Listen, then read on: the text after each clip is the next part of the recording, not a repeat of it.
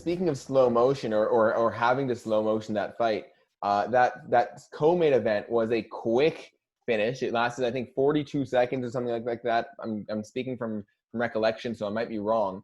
But Ottman Azaitar knocks out Khama Worthy. These two guys, I think I was watching with my roommate and his girlfriend, and they said, who do you think is going to win in this one? And I said, first round Azaitar, second and third round Khama Worthy. And that's exactly what happened. Azaitar came out with some power, with volume, and he just put it on Khama Worthy. He hit him once, stumbled him, and he smelled blood, came in like a shark, dropped Worthy, and then landed a couple heavy blows. That was a scary finish. However, Khama Worthy was not actually so happy with that finish. So he, in my opinion, delayed for about 2 to 3 seconds where he kind of seemed out of it. Then he realized it was stopped, and then he protested the stop. So for that reason, I think it was a good stoppage. He had a lot of unanswered blows. He was taking heavy damage, and every one of those shots, his body started to go a bit more limp. One or two of those, and he was out cold. Yeah. I know that people like to have a more conclusive finish. I think that was completely the right call to make. Yeah, when it's a foregone conclusion, I mean, listen, he's not fighting his way out of there. It's just a matter of how much brain damage do you expect this guy to take before you can say this is a done deal? I mean, we don't want anyone to get seriously hurt in here. So, slap a sticker on it. His goose was cooked. Let him get out of there to fight another day. Yeah. Don't take years off of his career, let alone his life, for a few strikes that are going to remain unanswered when it was clearly a losing position. Yeah. And I just gotta say very quickly, everyone knows overcooked goose isn't very good, right? You can't uncook it once it's overcooked. So don't let that goose overcook. Sorry, Adam, go ahead. I was gonna say it's important to note that after Khama Worthy stood up, he was a little bit limp. He wasn't able to stand fully on his own. Some of the coaches were sort of just holding on to his stature and stuff like that. So I think it was a good stoppage, because if that was the result after, then there wasn't an extremely likely chance he was going to come back from that. So I'm rewatching this clip right now, and it seems like from the point where they were standing and they got into a clinch together and they were just throwing, it looked like both Worthy and Ottman were throwing at each other, but they weren't. At a certain point, Ottman was the only one who was throwing any strikes in the clinch, got into the ground, and continued to be the only one throwing strikes. All in all, it looked to me like Worthy ate 8 or 9 unanswered, heavy, powerful strikes to the head.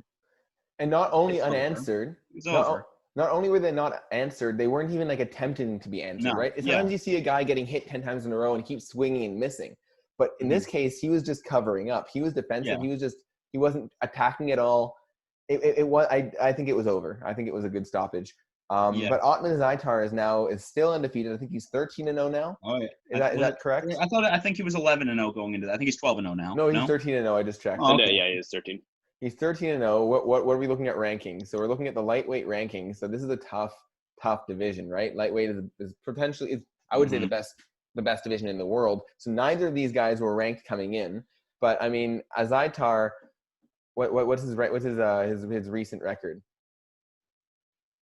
I mean, obviously he's undefeated, but how many fights in the UFC has he had, and against who? Let's look at his Sherdog. Here's his Sherdog.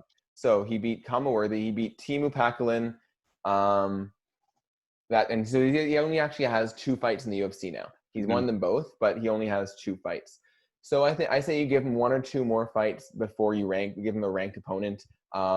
Yes, he won both of these by first round knockout, but I just think that in the lightweight division, when you have so many guys who are at the top of that division that aren't ranked, you got to give him a couple more good guys, a couple more bubble guys. I can't think of anyone off the top of my head for some reason. You guys have any thoughts on some unranked top lightweights? Nothing in particular, but no, I agree that build up his experience a bit. Don't just throw him right in there. Great performance by him, but there's still room to grow before he faces somebody like, I don't know, Gregor Gillespie or something like that, who's ranked 13. Yeah, I mean, I say you give him like a 20 guy, like a Francisco Trinaldo or something, or like a Drakkar Close, that kind of thing, right? A Vince Pichel, actually, that would be a good fight. Vince from Hell Pichel. He had a great fight a couple weeks ago. He had a big knockout, I think, against Jim Miller. I think that would be a really good fight. That could be fun. That would be fun. Yeah, at a certain point when you're getting to these unranked guys fighting other up-and-coming unranked guys, I'm just looking for the fight that's going to be fun. That's true. Yeah. And I think are you currently looking at Ottman's SureDog page? I am not, but I am okay, actually. Yes. Well, just because I'm gonna go ahead and say I'm allowed to say this because he can beat the shit out of me if he really has a problem with it. But man, everyone go ahead and look him up on SureDog because he is looking like a mega mind in his picture. I'm talking super forehead, mega. He does look like a mega mind. That's very funny. Powers against us. We'll see if I remember. I'll try to put a picture of his SureDog up on the YouTube for the viewers. Throw it on the thumbnail. Exactly. No, bro, it'll take up the whole face, the whole picture. It's just a bad angle, but man, what an angle. I don't think the hairline doesn't help too much either. But let's move on before he knocks us out. Love you, Ottman. Love you, Ottman. Please don't get into my head. But I will say, as you were saying, a fun fight. I don't see anyone against Ottman Azaitar being a not fun fight unless you have like a grinder who's gonna just hold him against the fence or hold him on the ground for 3 rounds. Other than that, I can't see a boring fight with Ottman Azaitar. No, I mean, geez, like he's got 10 knockouts in 13 wins. That's crazy. Only one decision. They're almost all in the first round. Yeah.